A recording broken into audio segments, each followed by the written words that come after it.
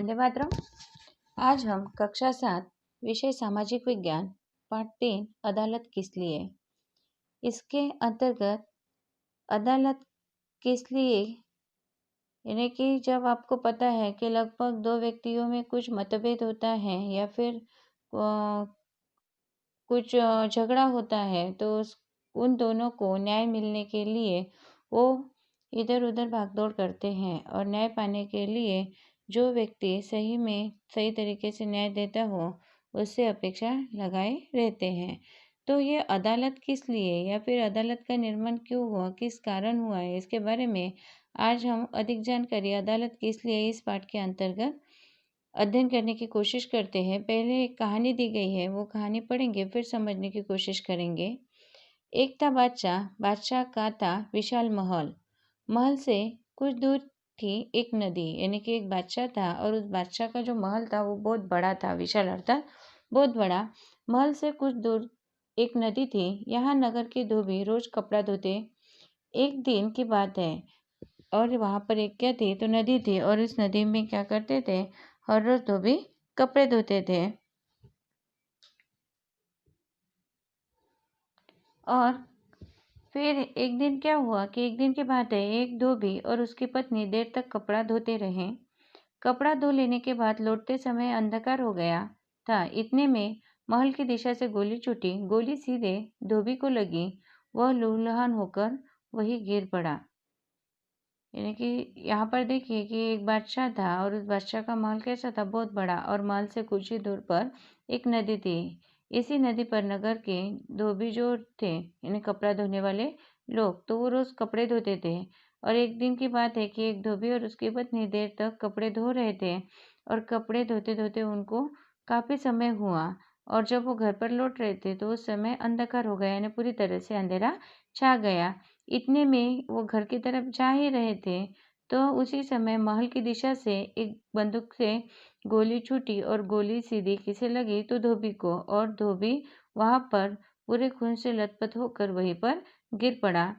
दूसरे दिन धोबिन दरबार में न्याय मांगने गई। बादशाह ने धोबिन की बात सुनी।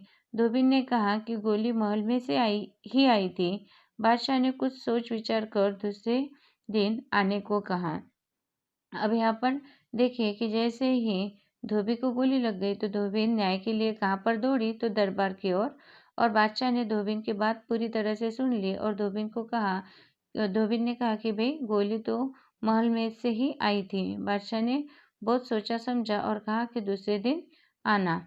बादशाह ने तहकीकात की, यानी कि छानबीन की। बंदूक की गोली बादशाह की बेगम ने ही छोड़ी थी और उस छानबीन के बीच उन्हें पता चला कि जो गोली छोड़ी गई थी तो वो बादशाह की जो बेगम थी उनके द्वारा ही छोड़ी गई थी। बेगम को शिकार करने का शौक था, उसका इरादा धोबी को मारना नहीं था। अर्थात बेगम को धोबी को नहीं मारना था बल्कि उनको तो शिकार करने का शौक था और वो शिकार करने के लिए उसने गोली चलाई और गोली किसे लगी, तो धोबी को। दूसरा दिन हुआ, दरबार भरा हुआ था। धोबी आई, उसने बादशाह से न्याय मांगा। बादशाह बोला, हाँ मैं न्याय करूंगा, और सभी दरबारी शांत चित्त होकर सुनते रहे। तो अभी देखिए यहाँ पर राजा किस प्रकार से, यानी बादशाह ने क्या फैसला दिया होगा इसके बारे में आपको सोचना है। और यहाँ पर जो चित्र दिया है 3.1 सच्चा न्याय, तो सच्चा न्याय किस प्रकार रहा होगा। क्या बादशाह ने अपने बेगम को शिक्षा दी होगी और धोबिन को न्याय मिला होगा, कि बादशाह ने यह टालकर उस न्याय को छोड़ दिया होगा कि भाई बेगम तो शिकार करने के लिए उसने गोली चलाई, उससे तो धोबी को मारना ही नहीं था, ये तो गलती से हो गया। ऐसा तो नहीं हुआ होगा। जिसने गलती की उसको उसकी गलती की सजा दी ही गई होगी। बादशाह ने सही फैसला दिया होगा। अब यहाँ पर देखिए कि अवलोकन कीजिए और लिखिए। आस्टिन न्याय देवी, यानी कि 3.2 का जो चित्र है वो न्याय देवी का है। अब ये न्याय देवी के बारे में मैं कुछ प्रश्न पूछती हूँ, फिर बाद में इसके हम जवाब देंगे। इस चित्र में क्या दिखाई देता है, यानी कि ये जो चित्र है इस चित्र में हमें क्या दिखाई देता है, तो इस चित्र में हमें न्याय की देवी की आंखों पर पट्टी बंधी है, मस्तक पर मुकुट है, एक हाथ में तुला है और दूसरे हाथ में तलवार है और यह श्वेत वस्त्र धारण किए है। यानी कि उच्चतम न्यायालय या पूर्व न्यायाधीश और वर्तमान विधि में जितने भी हम यानी कि न्यायालय के अगर कहीं भी कोई भी न्यायालय रहे, चाहे उच्च न्यायालय रहे या फिर सर्वोच्च न्यायालय रहे, तो उसमें हमें ये मूर्ति दिखाई देती है। और इस मूर्ति में इस प्रकार से अगर हम निरीक्षण करें तो ये सब चीज़ें दिखाई देती है कि न्याय देवी की आंखों पर पट्टी बंधी हुई है, फिर उनके मस्तक पर मुकुट है, एक हाथ में तुला है और दूसरे हाथ में तलवार है, और ये श्वेत यानी सफ़ेद वस्त्र धारण किए हुए हैं। इस मूर्ति में विशेष क्या है?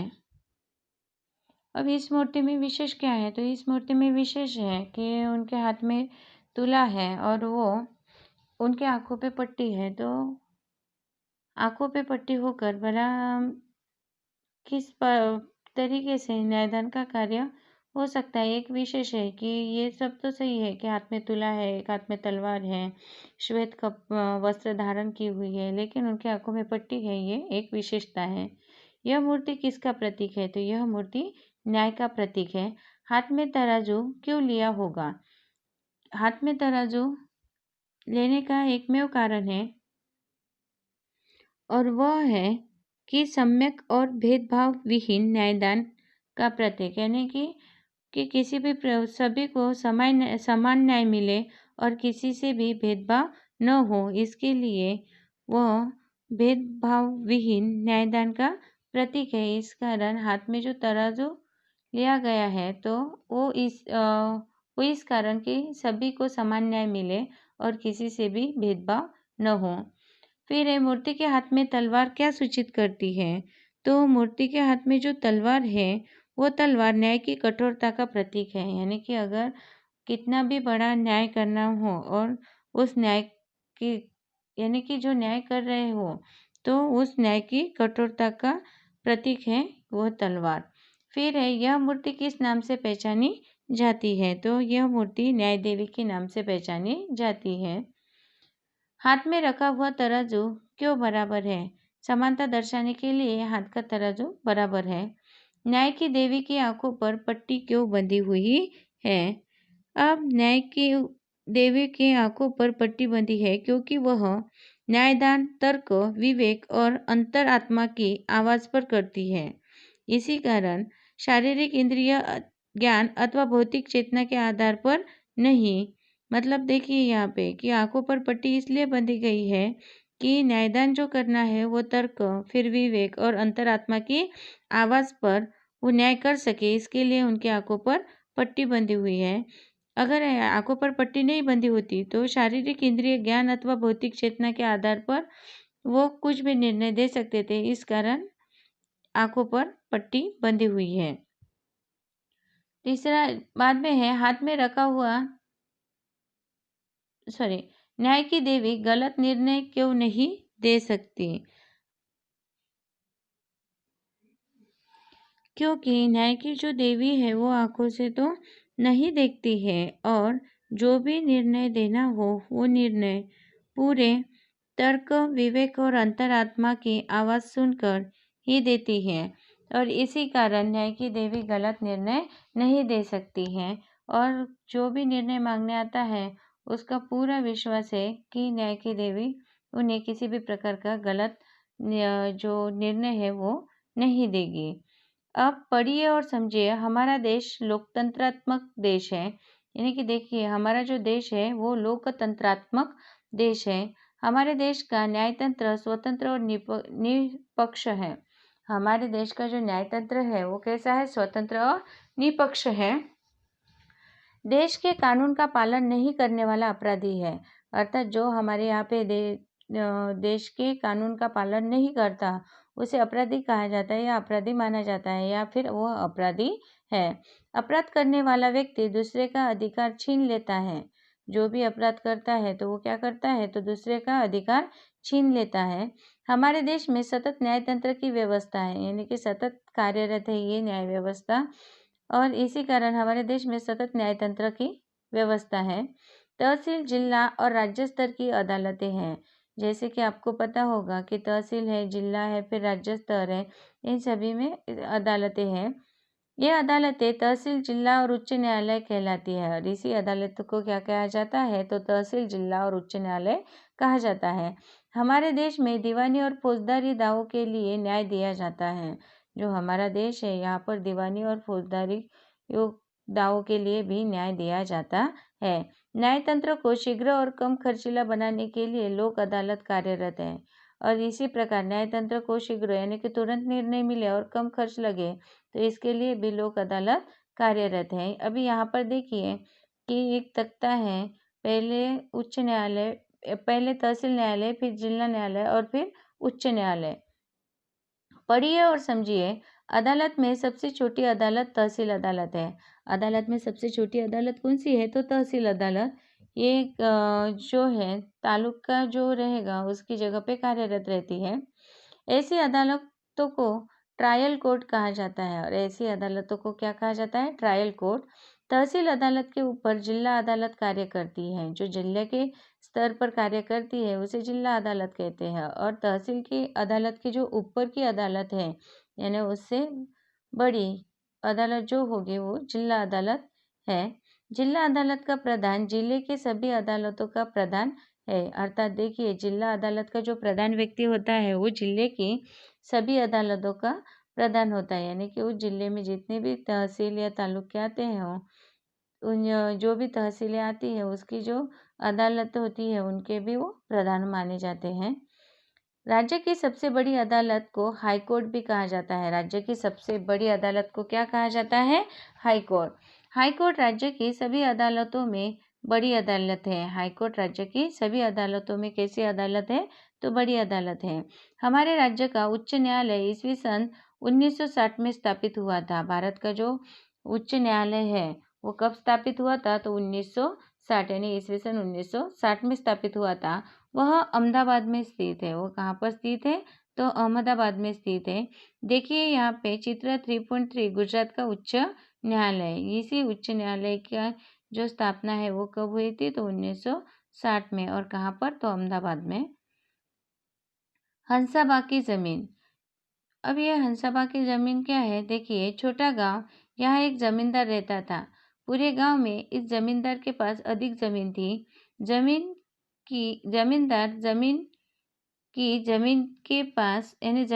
की जमीन के पास माझी का खेत था। यानी कि एक छोटा सा गांव है और यहाँ एक कौन रहता था? तो जमींदार रहता था। और पूरे गांव में जमींदार के पास अधिक जमीन थी और जमींदार की जमीन के पास में ही एक माझी का खेत था। इस माझी का नाम हंसाबेन। इस माझी का नाम क्या था? हंसाबेन। उनके खेत के आसपास जमींदार का खेत था और उन्हीं के खेत के बाजू में जमींदार का भी खेत था जिसके बाद बहुत सारी जमीन थी। इस जमींदार ने धीरे धीरे हंसाबेन के खेत के आसपास की जमीन हथियाना शुरू कर दिया।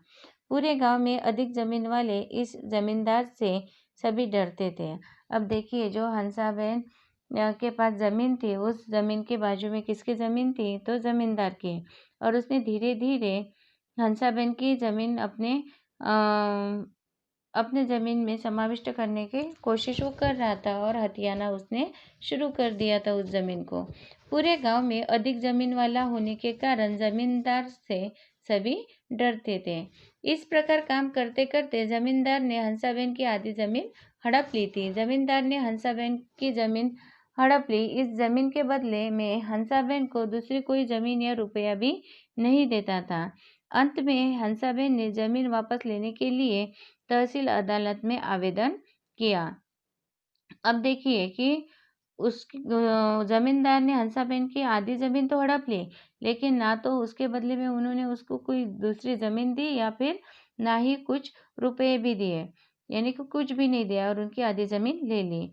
अंत में हंसाबेन ने क्या किया? तो जमीन वापस लेने के लिए तहसील अदालत में उन्होंने आवेदन कर दिया। जमींदार और हंसाबेन ने अदालत में अपनी अपनी दलील दी यानी कि अपनी अपनी बातें बता दी। न्यायाधीश ने दोनों की दलीलें सुनी। न्यायाधीश ने हंसाबेन के पक्ष में फैसला सुनाया। क्योंकि हंसाबेन के पक्ष में फैसला क्यों आया? क्योंकि आपको पता है कि गलत कौन कर रहा था? तो जमींदार कर रहा था। और हंसाबेन को